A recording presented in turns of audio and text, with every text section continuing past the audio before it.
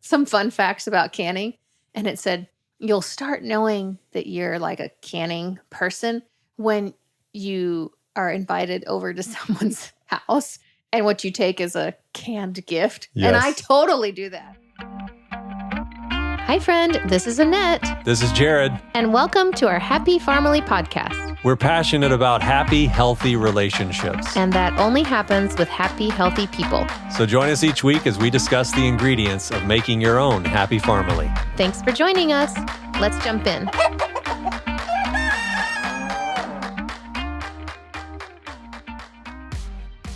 Hello, family. Welcome back. Welcome here. Thanks for listening. Okay. To my awesome intros. That was great. Last time we did a podcast, we talked about one of Jared's favorite subjects, which was breathing. If you didn't hear that episode, you should hear it because he had some interesting things and thoughts. But today we're going to talk about one of my favorite things. But what? Which is canning. They rhyme, breathing and canning. Yeah, that's right. Okay. Let's roll. Canning is something that I was exposed to as a young child when my parents, they came from Cuba. They were kind of taken in by this family who showed them all the things about America. And I called them Uncle Randy and Aunt Marty. And Aunt Marty was a West Virginia born lady that had been taught by her mom all the things, gardening, canning, preserving, all those things. And we would go spend Thanksgiving with them, and she would teach me about canning and all the things. And she was so cool. Like, she was just very, I don't know, one of those people that could just do anything. Like, she would go outside and chop wood. She would plant like a massive garden, not like a cutesy little garden, but like the rows and rows of things. And when you would go in her basement, as a kid, I have this memory going in the basement, and it was this closet, kind of like it wasn't a cellar, but it was kind of had that feel. And there was just jars and jars of canned things. I mean, green beans galore. I think the recommendation is you should eat things within a year. She had things down there for a while, but honestly, it can, once you preserve it, it looks good. The color might kind of go away a little. It might look more pale. The green beans don't look as green, but it's still okay to eat. So I'm curious, Phil, before you go on. Yeah. When people sell stuff in the store, like canned, like a jar of pickles or a jar of peaches or a jar of green beans. Yeah. What's the shelf life on those? I guess it's like most food. They give it a 2-year shelf life or something. Yes. Okay, never mind. But I mean, Bad question. Yeah, like you can tell if something has gone bad, right? Sure. Essentially. Mm-hmm. Plus, if you're the one that preserved it and know that you did it properly, then it shouldn't be an issue. Yeah. But anyways, yeah. So I would go in her basement. She'd have just jars and jars of things. And it was cool. But, it wasn't until I was older and we moved out here and started growing some of our own food that it kind of had I had this like light bulb moment in my head. Well, I can start preserving some of my own food. I kind of wish it's one of those things where I feel like now that we've lived out here for a while and done a lot of the things we've done, I want to encourage people to start now. Right. Like don't have the acreage. Don't wait till you get chickens till you do some of these like things to be more self-sustainable. Canning is one of those. So that's why I want to talk about it today, because I feel like if you haven't done it, or if you haven't really tried it, you should. It's a great thing. I remember one of my most fun videos, and I don't know if you remember this. We should do it again now. That I made for Instagram a while back was a video on you telling people how to can applesauce. Do you remember this? It was like I think I blocked bad memories from my brain. Thank you. Ava was little. And so I was asking you, like, do you know what this tool is for? And you were like, yes, that is the sticky thing that you were making up names. And anyways.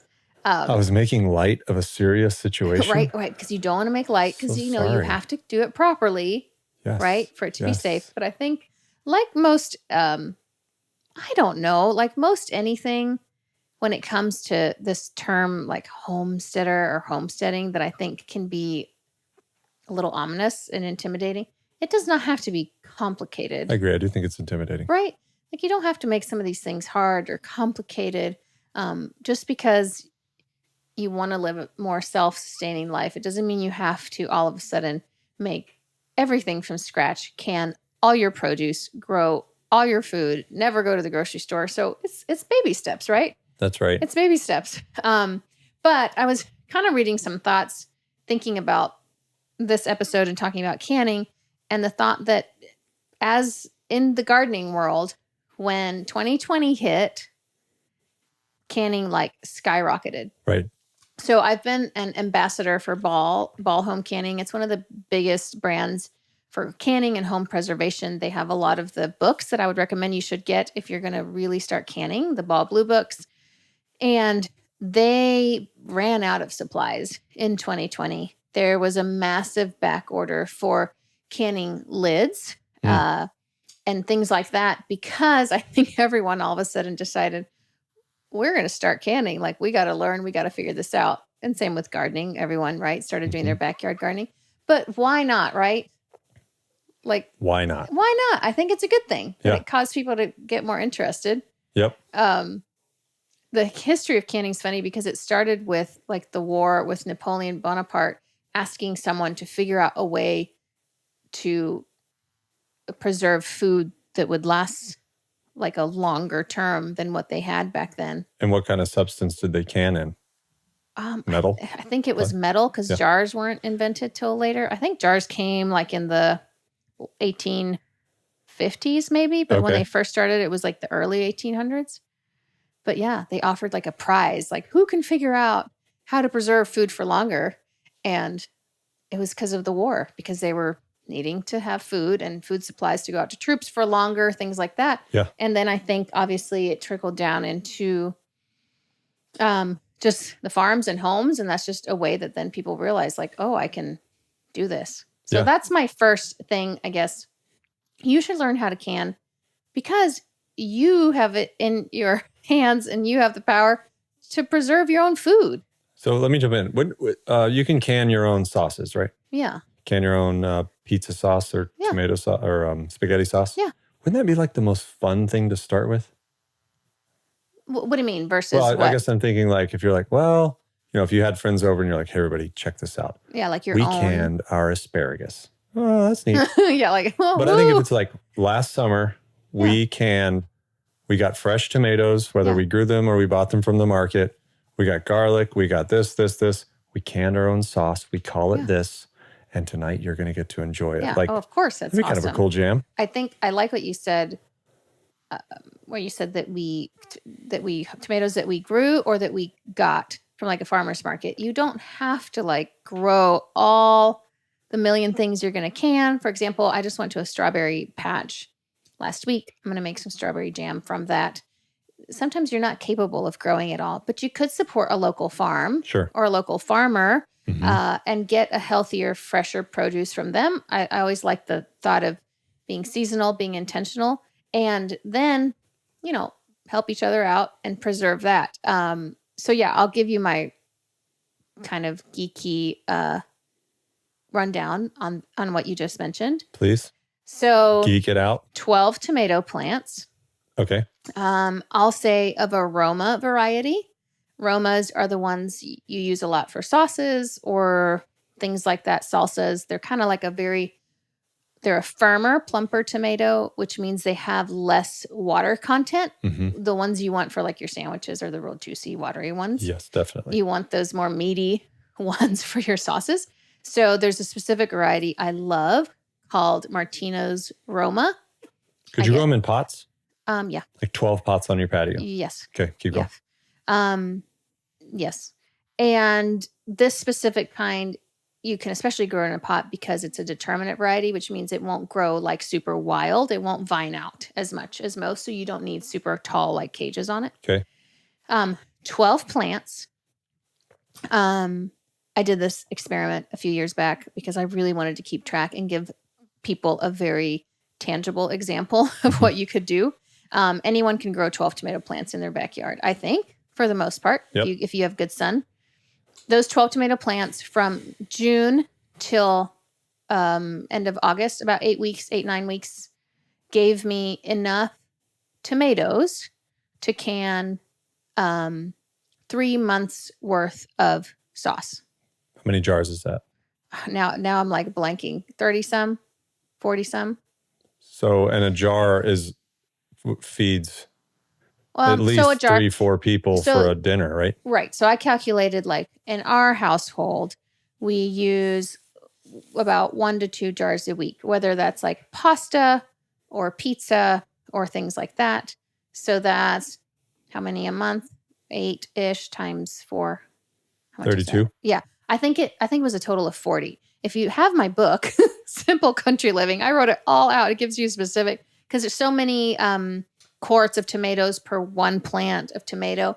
But in essence, and that was me picking tomatoes, it was prolific. And that's not preserving every single tomato those 12 plants produced, right? Okay.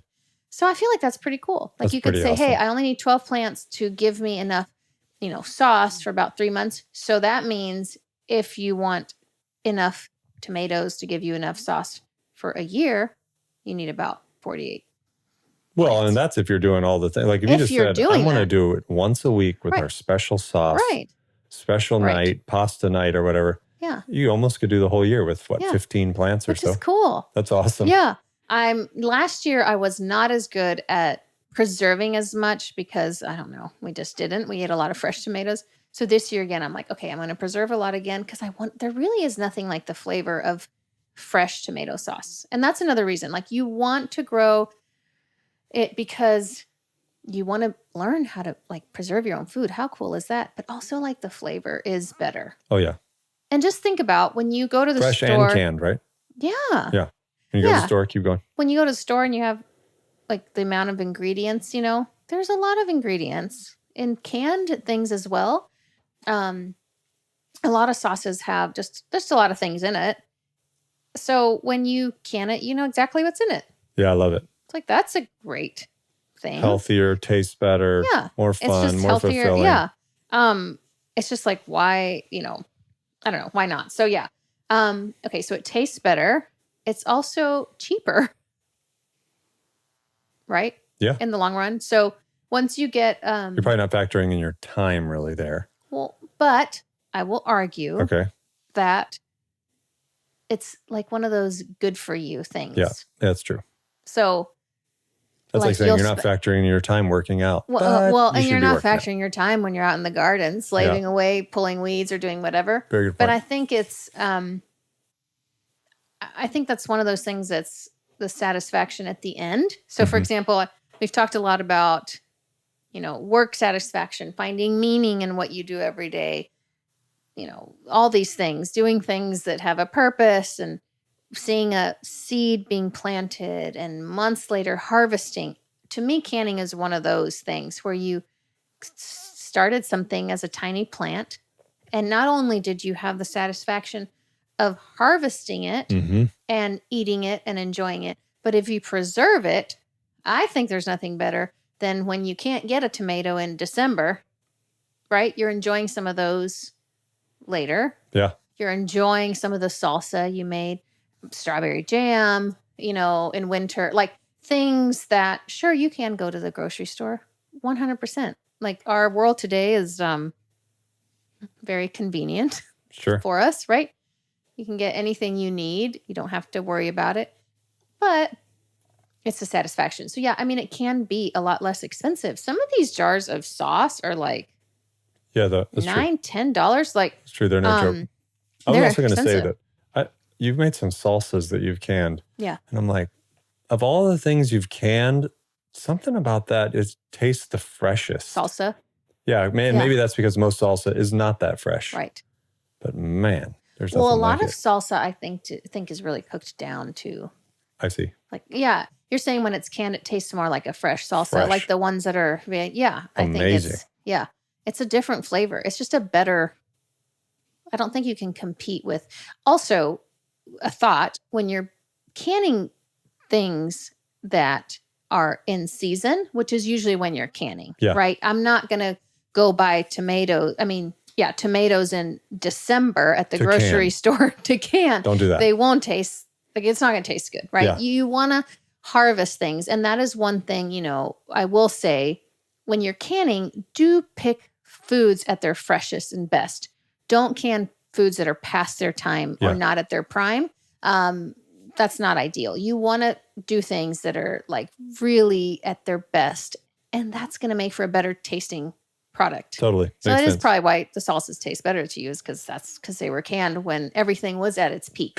It's like these strawberries you picked last week. It's like, this is amazing. Right. They taste delicious. Just as different from fresh tomatoes to store-bought. Yeah. I feel like these strawberries are. Yeah, and blueberries. I will say. Blueberries bless you. Right.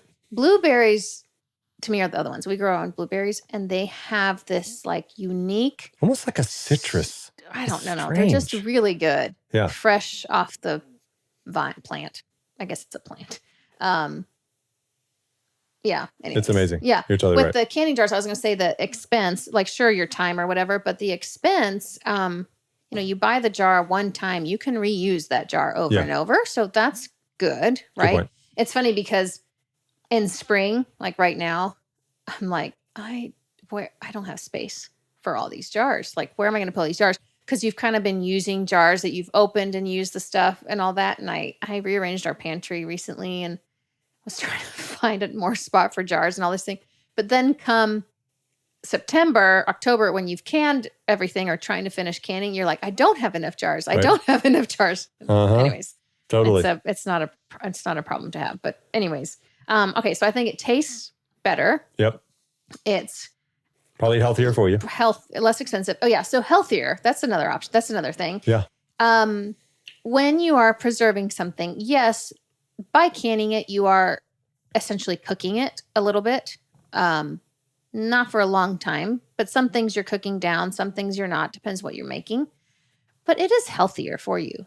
It's not something that has been heavily processed and all those things. Again, you're picking it when it's fresher. So hopefully you're getting some of the nutrients. I think they say freeze drying is like the best at maintaining the nutrient value.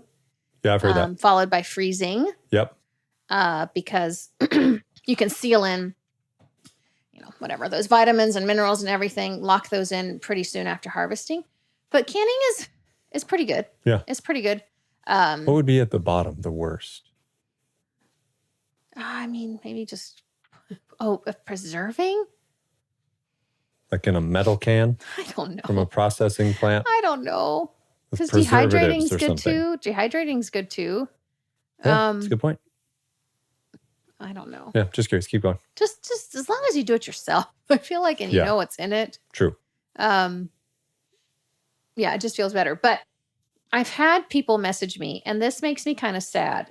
I've had a few messages, and I will quote these. Like, these are basically verbatim. Somebody said, I don't feel I am a true homesteader, which I don't even know what's that supposed to mean. I don't feel I'm a true homesteader because I've never pressure canned. And I'm like, okay, well. Break that down. There are two types of canning. Two types. There's water bath canning. There's pressure canning. Water bath canning is for high acid foods. Give me examples. Like strawberries. Strawberries, tomatoes, like the fruits, things like that. So a lot of times water bath is going to be for like your tomato. Tomato is on the borderline. It could be neutral. You must always add an acid, a lemon or a citric acid or whatever the recipe calls for to make it safe.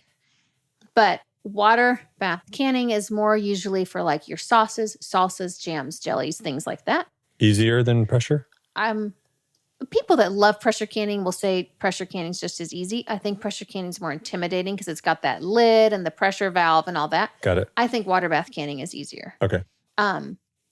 Pressure canning, you're going into your low acid foods, which are more of the vegetables. So corn, okra, those kind of things, and a lot of your meats, poultry, seafoods, things like that. Okay. So those are going to be on that scale.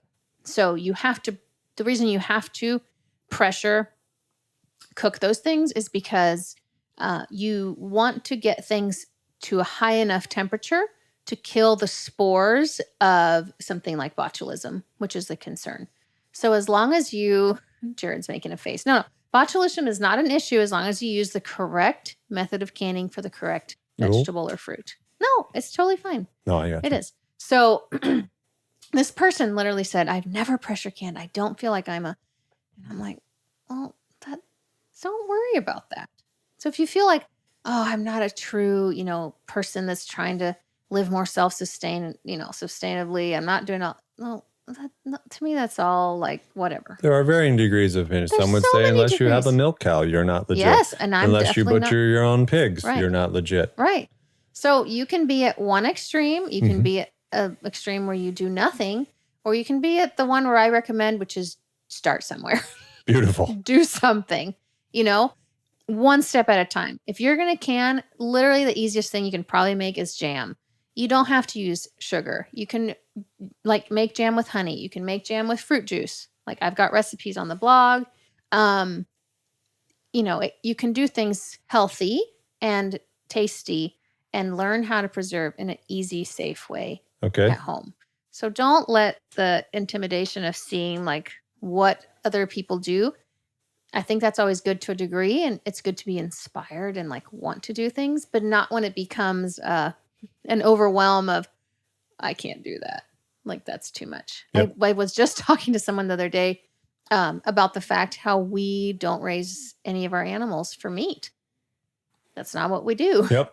And I think some people think, to homestead, you have to raise meat chickens. You have to. It's a lot, friends. It's a lot. It's a lot to keep track of. The garden's a lot. It's a lot to keep track of. So my encouragement to you would be, if you have thought about canning, or you've been interested, or you've, seen it, and you just want to do something for the sake of learning it, try it. For whichever of the reasons we mentioned, just try it. Just try it. If you want an in-depth, step-by-step education, I did do a full canning course with Ball Home Canning, and that is on our homegrown platform, and it's linked in the show notes. It's 25 videos. It walks you through every step. Everything you need. Whatever. We filmed it here at our house over 3 days, and it was a lot, but let me just tell you, it covers all the things. All the things you need to know. And the reason I did that was because I wanted to make it easy to understand. Yeah. And then if you got a copy of my book, Simple Country Living, there's also a whole chapter on preservation. There's pictures of all the canning steps. There's canning recipes there that are simple. So hopefully, and my blog is full of canning recipes. Yes, it is. So just, hopefully, just do it. Try it. Be inspired.